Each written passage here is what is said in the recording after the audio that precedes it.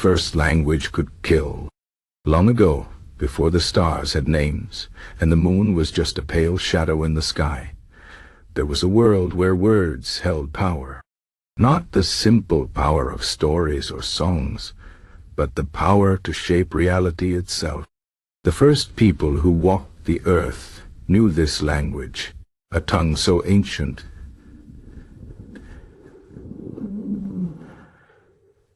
that even the wind hesitated to whisper its words. They called it the first language, and with it they could command the rivers to bend, the mountains to bow, and the sun to linger in the sky. But there was a warning passed down through the generations. Pi, first language could kill. In a village nestled between two silent forests, a young girl named Aelara lived with her grandmother, the last keeper of the old words. Every night, as the fire dimmed to embers, her grandmother would tell her tales of the past, how the first people had used the language to build great cities, how they had spoken to the beasts as equals, and how, in their pride, they had forgotten the danger of their own voices. "Words are like fire, child," her grandmother would say. "They can warm you or burn you. The first language was not meant for mortal lips. It was the tongue of the gods, and when men tried to wield it, the world bled." Liora listened, but like all young hearts, hers was full of curiosity. She wondered what it would be like to speak a word and see the earth tremble, to whisper a name and watch the trees bow.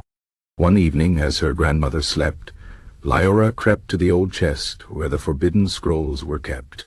She unrolled the brittle parchment and saw the words written in ink darker than midnight. The first word she spoke was soft, almost a breath. Aelara. The ground beneath her shuddered. The air thickened, and for the briefest moment, the stars flickered as if afraid. Liora gasped and dropped the scroll. Her grandmother awoke with a start, her face pale. "What have you done?" she whispered. Liora trembled. "I only said one word." "One word is enough," her grandmother said, gripping her shoulders. "The first language does not forgive mistakes. A word spoken cannot be unspoken. A command given cannot be undone." That night, the village dreamed of storms. The next morning, the eastern river had turned to stone. The fish lay frozen in its currents, their glassy eyes staring at the sky.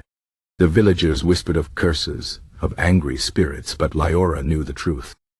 She had done this.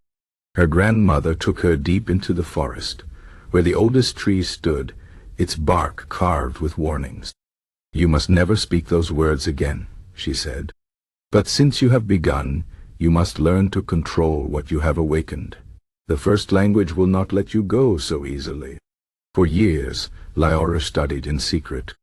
She learned to speak only the gentlest words, to mend what had been broken. She whispered to the wind, to guide lost travelers, to the earth to heal wounded roots. But always she felt the other words, the dangerous ones, waiting at the edges of her thoughts, hungry. One day, a stranger came to the village. He wore a cloak of shadows and carried a book bound in skin. "I seek the keeper of the old words," he said. His voice was smooth, but his eyes burned with greed. Liora's grandmother stepped forward. "There is nothing for you here." The stranger smiled. "I think there is." And then he spoke a word, one that Liora had never heard before. It slithered through the air like a knife, and her grandmother collapsed, her breath stolen mid-heartbeat. The villagers screamed. The stranger turned to Liora. "You will teach me the first language, or I will burn this place to the ground." Liora felt the old words stirring inside her, the ones she had sworn never to speak, the ones that could kill. She closed her eyes and remembered her grandmother's warning. But then she thought of her village, of the children hiding in their homes, of the river that had turned to stone because of her mistake.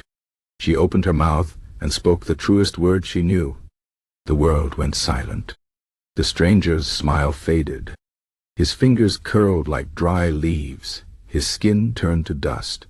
And before he could scream, he was gone, erased from existence as if he had never been. But the cost was heavy. Liora felt the word tear through her too. She fell to her knees, her breath ragged. The villagers rushed to her, but she raised a hand. "No more," she whispered. "No more words." From that day on, Liora never spoke again. She communicated with gestures, with glances, with the quiet rustle of her footsteps.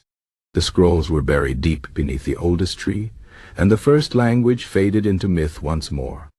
But sometimes, when the wind howls through the mountains or the sea rages against the shore, the elders say it is the echo of those forgotten words, still waiting for someone foolish enough to speak them again. And so the warning remains. Way first language could kill. Only be careful what you say, little one. Some words are better left unspoken. The end.